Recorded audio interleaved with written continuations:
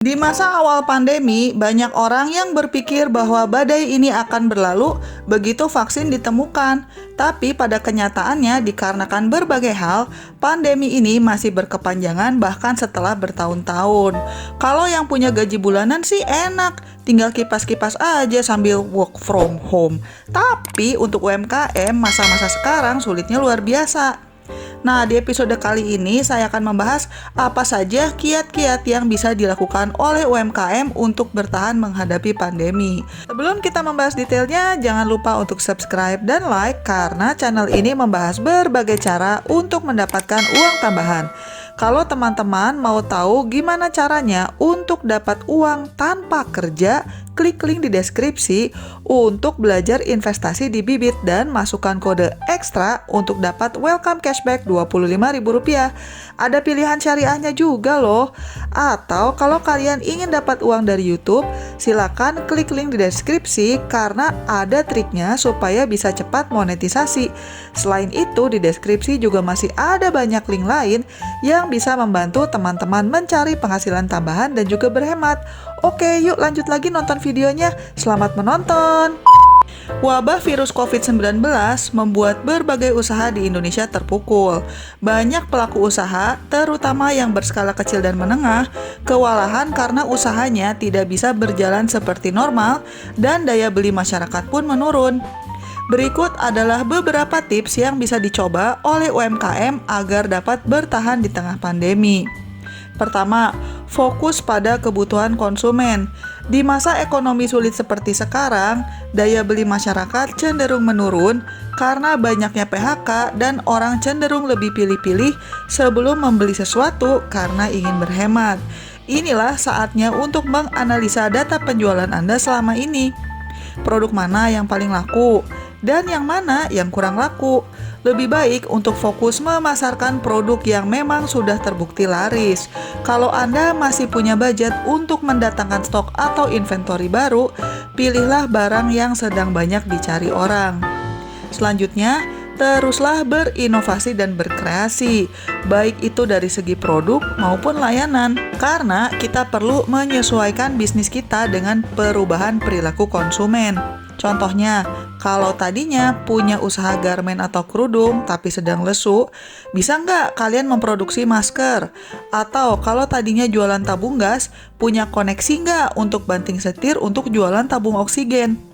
Jadi, daripada melawan arus, kita coba ikuti arus pasar kemana. Atau contoh lain, kalau kalian jual makanan, bisa nggak berinovasi untuk menciptakan menu baru dengan menggunakan bahan-bahan yang ada atau bahan-bahan yang lebih murah?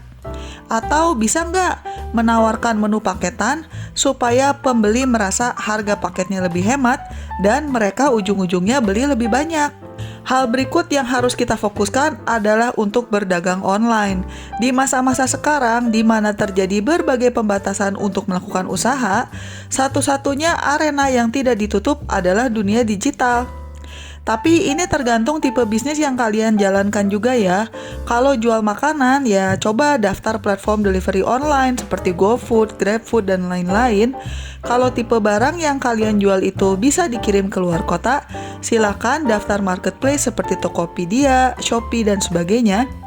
Kalau kalian berjualan jasa seperti jasa foto, salon, dan sebagainya, kalian bisa juga untuk menjual voucher layanan seperti melalui aplikasi Fave.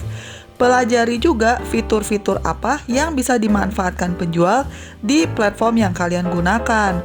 Misalnya, kalau di Tokopedia ada fitur seperti dekorasi toko, voucher toko, rilisan spesial, broadcast, top ads, dan bebas ongkir. Fitur-fitur tersebut bisa kalian gunakan sebagian atau semuanya dengan maksud untuk membantu meningkatkan penjualan. Platform lain seperti GoFood, GrabFood, dan Shopee biasanya juga punya kok fitur-fitur yang bisa membantu seller memasarkan dagangannya dengan lebih baik lagi. Selain itu, sebaiknya kalian juga memiliki sosial media yang aktif, terlepas dari bisnis apa yang kalian jalankan. Lebih bagus lagi kalau punya website, supaya bisnisnya terkesan lebih profesional. Kalau kalian ingin tahu bagaimana caranya memiliki website sendiri dengan murah dan juga mudah, silakan klik link di pojok kanan atas atau di deskripsi. Kalau kalian pakai kode dari saya, bisa dapat diskon juga loh. Meskipun gak jago IT, kalian tinggal copy paste aja dari template yang ada. Selain itu, dengan berdagang secara online, kalian juga punya kesempatan untuk berdagang ke dunia internasional. Tapi tentunya, kalau mau dagang ke luar negeri, maka website atau sosial media kalian harus menyertakan bahasa Inggris. Biar traffic ke website atau sosial medianya ramai, kalian bisa mempertimbangkan untuk menggunakan Facebook Ads yang ditargetkan untuk pangsa pasar atau negara yang kalian incar. Berikutnya, kalau kalian sudah memiliki sosial media atau toko online yang aktif, maka langkah selanjutnya adalah untuk melakukan pemasaran, entah itu dengan menggunakan Facebook Ads atau bekerja sama dengan influencer. By the way, sebagian influencer kadang ada aja loh yang mau membantu meskipun tanpa dibayar. Tapi ya, mereka akan pilih-pilih juga. Tidak semua UMKM akan mereka bantu. Kalau kalian punya bisnis makanan, berikut adalah contoh beberapa influencer yang biasanya sering membantu UMKM. Anak Kuliner dan MG Dalenaf. Selanjutnya, pastikan cash flow tetap sehat. Di masa-masa sekarang, cash menjadi unsur paling penting dalam bisnis, sehingga pemilik usaha harus mampu mengelola uang tunai secara optimal. Coba dicek lagi, masih ada yang ngutang nggak kepada kita? Mengenai tempat usaha, kalau kontraknya kebetulan sudah mau habis, apakah bisa pindah ke tempat yang lebih murah?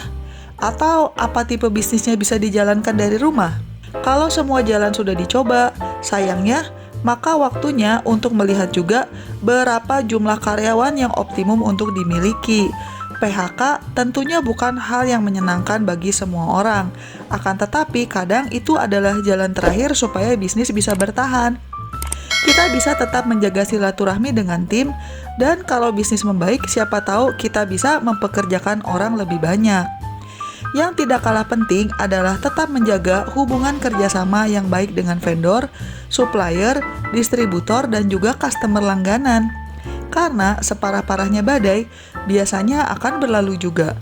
Jangan sampai karena mengejar untung, kita jadi nikung atau curang sama supplier, karena itu bisa berdampak jangka panjang ke depannya. Dengan customer lama pun kita bisa menjalin silaturahmi dan menawarkan produk atau layanan terbaru kita. Siapa tahu ada yang berkenan membeli lagi. Selanjutnya, kalau tipe bisnis kalian memungkinkan untuk meminta pembeli untuk pre-order atau bayar di muka, ini lebih baik supaya inventory yang kalian beli sudah jelas penggunaannya. Kalau jualan nasi tumpeng, ya coba minta pembayaran di muka minimal sebagian. Atau kalau bisnisnya layanan jasa, masih mungkin juga kok minta bayaran di depan. Misalnya, jasa foto pernikahan, kalian bisa jual sebagai voucher di platform online Fave. Atau lewat perjanjiannya, minta bayar sebagian di depan. Kalau menggunakan Fave, customer itu sudah bayar di depan dan uangnya tidak bisa diambil lagi, meskipun layanan vouchernya tidak mereka pergunakan. Tapi ya, tentunya ini bergantung dengan jenis bisnis kalian juga ya, karena tidak semua bisnis bisa pre-order. Meskipun bisnis kita banyak masalah dan kitanya merasa stres, jangan sampai berpengaruh pada layanan. Sesedikit apapun orderan customer, kita tetap harus memberikan pelayanan yang terbaik dan sesuai dengan kebutuhan pelanggan. Di toko online ataupun sosial media kita juga harus memperhatikan kecepatan membalas pesan calon pembeli. Selain cepat, kualitas pesannya pun harus diperhatikan dan bukan hanya sekedar copy-paste dari template doang. Kalau teman-teman ingin tahu cara-cara lain untuk mendapatkan uang tambahan, silakan mampir ke channel saya dan klik berbagai link yang ada di deskripsi. Jangan lupa juga untuk subscribe ya. Sekian dulu episode kali ini dan selamat mencari uang tambahan. Bye-bye!